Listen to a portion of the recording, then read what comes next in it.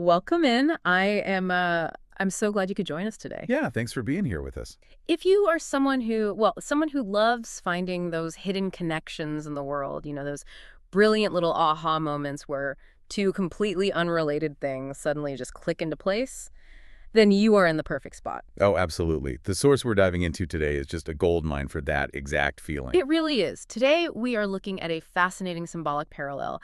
We are taking two very distinct concepts from entirely different parts of the world, and we're just holding them up to the light to see how they mirror each other. Right. On one hand, we have the incredibly vibrant, loud, and joyful Hindu spring festival known as Holi. And on the other hand, we have the quiet, steadfast, evergreen holly tree. Which, I mean, it does sound a bit like the setup to a strange riddle, right? It really does. You have a colorful spring street festival originating in India and Nepal.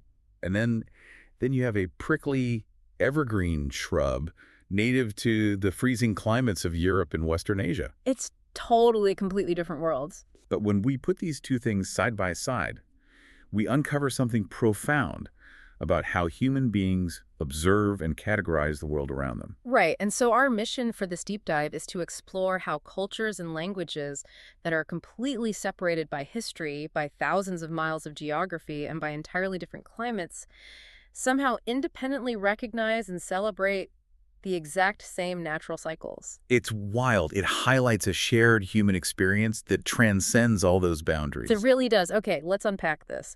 How on earth does a Sanskrit word for a spring festival and an Old English botanical term end up mirroring each other so perfectly? To really get to the bottom of that, I think we need to look at what each of these words represents in its own original cultural context. Makes sense. And the best place to start is with the sheer explosion of life that is the Festival of Holi. Yeah, I think anyone who has ever seen photos or videos of Holi knows exactly what that explosion looks like. Oh, it's unmistakable.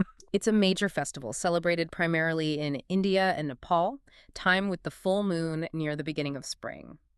Globally, it's known as the Festival of Colors. Mm, And the sensory details of this event are just incredible. truly. You have to imagine huge crowds of people out in the streets, joyfully throwing brightly colored powders and water at each other. There is singing, there is dancing. It is this massive communal celebration of life completely bursting back into view after the winter. And that physical explosion of color is deeply symbolic. Right.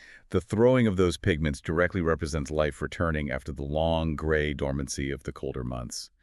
But the beauty of Holi is that this renewal isn't just botanical or seasonal. Hmm. It is profoundly social and emotional. Yes.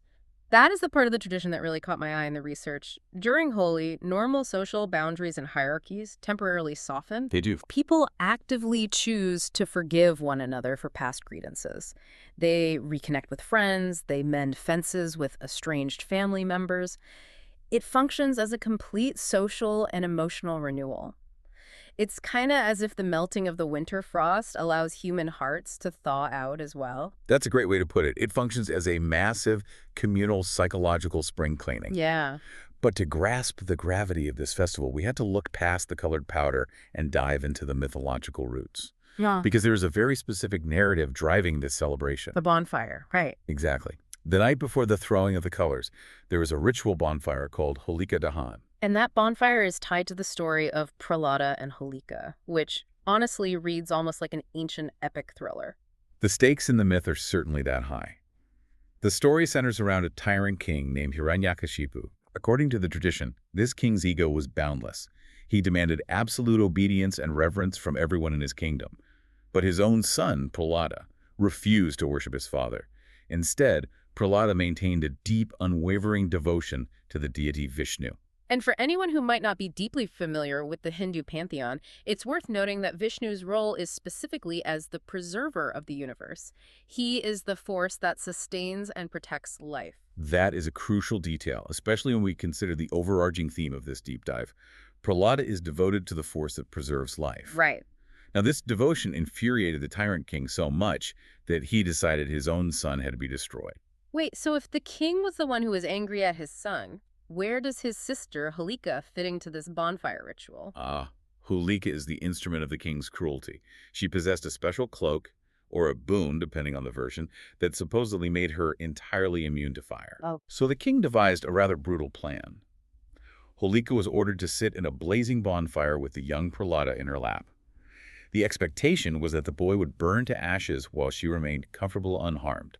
But because of Prahlada's devotion to the preserver. Precisely. Because of his pure devotion and divine protection from Vishnu, the exact opposite of the king's plan occurred. He survived. The child survived the inferno completely untouched, while Holika's immunity failed her, and she was consumed by the flames. It is such a dramatic, vivid image, and this massive bonfire the night before the festival is quite literally reenacting that moment. Yes. But it obviously carries a much heavier symbolic weight than just a historical reenactment or a bedtime story. Very much so. This ritual bonfire symbolizes the burning away of illusion, of cruelty, and of false power. The flames consume all the negativity, the ego, and the tyranny that Holika and the king represent. Leaving only the good stuff behind. Right. What remains unharmed in the ashes is truth, pure devotion, and life itself, represented by Prahlada. So you have this intense communal purging by fire in the darkness of the night. And then the very next morning, the sun comes up and the entire world explodes into color, joy, and forgiveness. That is the sequence. Many spiritual interpretations view Holi as the ultimate representation of the cosmic play of existence. It is the continual, unbreakable cycle of dissolution and rebirth.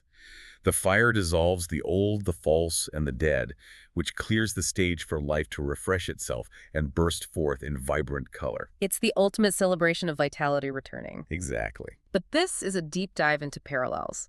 So we need to leave the warm, colorful spring of India and Nepal and travel to the freezing, gray winters of Europe and Western Asia, because we need to look at the botanical contrast. We need to talk about the English word Holi. Yes, moving from the roaring fires of a Sanskrit festival to an Old English botanical term. Here's where it gets really interesting, because if you put these two things side by side, the contrast is almost comical. We just talked about an explosive, loud, communal street party. Now we are looking at a tree, specifically the prickly, evergreen holly tree. Right. Think about a forest in the dead of winter in ancient Europe. Almost every single plant has lost its leaves. The branches are completely bare, the ground is frozen solid, and the landscape looks utterly dead and desolate. It's a bleak picture. It is, but there, right in the middle of all that gray and brown, is the holly tree. It remains incredibly green and vibrant, even in the absolute coldest, harshest months of the year. We really need to pause and consider the psychology of ancient humans living in those climates. Winter wasn't just an inconvenience back then. It was a genuine existential threat. Oh, absolutely. The sun sets incredibly early, the temperatures drop below freezing, and your food supplies are rapidly dwindling. The biological reality of a plant that refuses to lose its color during that dark period gave the holly tree immense psychological and symbolic power. You can easily see why the people living in those freezing climates latched onto this tree as a symbol of endurance. It represents continuity. It is the stubborn persistence of life. When the entire surrounding world appears to have surrendered to the winter, the holly tree stands there, quietly surviving.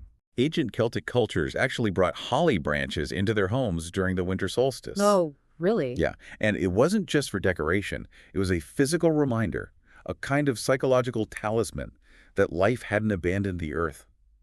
The waxy coating on the leaves and the biology that allows it to resist freezing became a profound comfort to people huddling around a hearth fire. That makes perfect sense. It is a totally different expression of vitality compared to the Holi festival. It is silent, it is resilient, and it asks absolutely nothing of its environment. It simply endures. Now, I want to make something incredibly clear for you as we discuss this, because it is a vital piece of the puzzle. Linguists call this a false cognate. Yes, very important distinction. To our modern ears, the Sanskrit word holi and the Old English word holly sound like they must be cousins. You would naturally assume they evolved from the same ancient Indo-European root word, but they absolutely did not. No connection at all. None.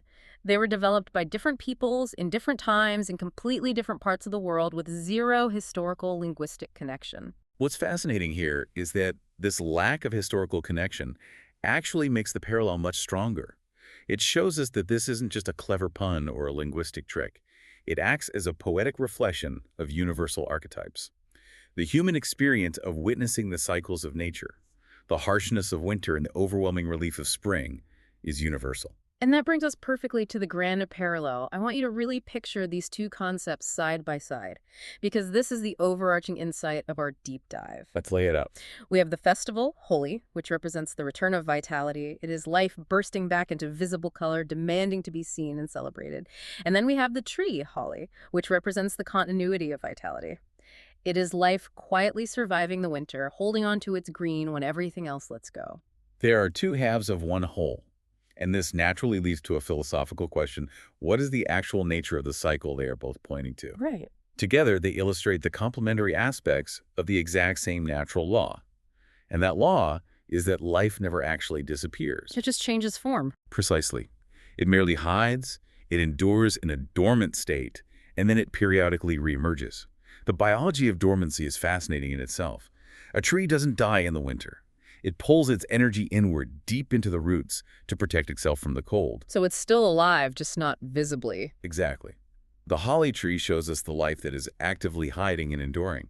The Holi festival shows us that exact same life, finally re-emerging from its roots and blossoming outward. It's beautifully complementary, but it begs the question, how do human beings historically process this massive, abstract, natural cycle? It's fascinating how both these symbols, the enduring tree and the returning spring festival, are often personified as female in global myths. Yes, that's a huge part of the mythological record. Mother Nature is a cliche to us now, but historically the generative intelligence of the earth was almost always viewed through the lens of the divine feminine. Across so many global traditions, the divine feminine is deeply associated with this exact cycle of life, death, dormancy, and renewal.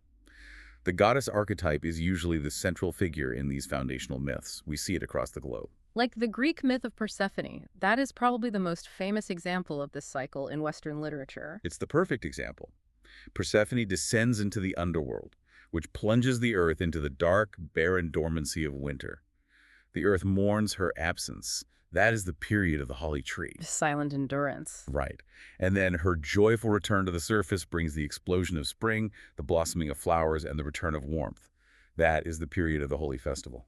In this kind of symbolic storytelling, we aren't meant to view the goddess as a literal historical figure who walked around and lived and died. No, she represents the generative intelligence of nature itself. Think of her as the living, breathing process through which the seasons turn. She is the underlying force that dictates when the plants must grow, when the leaves must fall, how the seeds survive beneath the snow, and how life continually manages to renew itself against all odds. She expresses herself through cycles of appearance, disappearance, and return, which maps flawlessly onto our linguistic parallel. The disappearance and quiet survival is the holly tree. The joyful appearance and return is the Holi festival. And because she is the intelligence of nature itself, this archetype isn't confined to a single culture or a single form. One culture living near the equator might express this natural intelligence through a vibrant spring festival of colored powder and water. Right. Another culture shivering in northern Europe might express it by revering a prickly green plant that manages to survive the snow. The aesthetic changes based on the geography, but the underlying theme, the persistence and renewal of life, is exactly the same. I really want to bring this down to a personal level for you, the listener, because unpacking ancient myths, exploring linguistic false cognates, and discussing the biology of evergreen trees is incredibly intellectually stimulating. But the real value here is bridging the gap between these ancient symbols and our modern lives. That's where the rubber meets the road. Exactly. The vitality being celebrated in those ancient Indian myths, the vitality celebrated in the throwing of colors, and the biological vitality of that stubborn European evergreen tree. It is the exact same vitality that is present within human beings today. It is present within you. That is the ultimate takeaway. These aren't just quaint stories about nature happening out there in the woods or up in the sky. They are symbolic maps of the universal aspects of life that occur within the human psyche as well. We all go through our own winters. We do. We all have periods where our energy, our creativity, or our hope feels completely dormant and frozen. Those periods where you feel exactly like the bare branches in the snow. You feel like nothing is happening, nothing is growing. And during those times, we rely on the psychological equivalent of the holly tree. We rely on our own internal endurance. We lean on the quiet persistence of our inner strength, even when there is absolutely no visible growth or color to show for it to the outside world. We pull our energy into our roots to survive the cold. And conversely, we all experience those moments of Holi. Those moments where the frost finally breaks, an idea sparks, a relationship heals, a heavy burden is lifted, and suddenly we are throwing colors into the air, experiencing a total return of vitality. We bloom again. It is deeply comforting to realize that human beings have been observing this exact internal and external rhythm for thousands of years and encoding it into their words, their myths, and their traditions. We are part of a very old, very continuous rhythm. So, as we bring all these historical, linguistic, and mythological threads together, the core insight here is genuinely beautiful. We have completely different cultures separated by massive expanses of time and geography, speaking completely unrelated languages, and yet they point toward the exact same foundational truth. The undeniable persistence of life. Whether you are looking at the explosive communal joy of Holi or the quiet, solitary endurance of Holi, humanity universally recognizes that life always finds a way to continue. The cycle of dissolution and rebirth is a constant. Always. So, what does this all mean?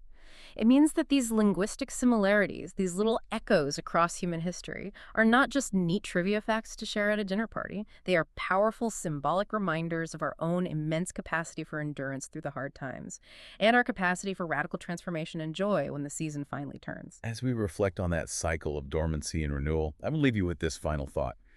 The next time you find yourself in a winter period of your life, feeling dormant, stalled, or just tired, ask yourself, what essential, enduring parts of your own spirit are quietly acting as your Holi right now, just waiting for the right moment to burst back into the vibrant, visible colors of Holi? What a fantastic question to carry with us. Thank you so much for joining us on this deep dive.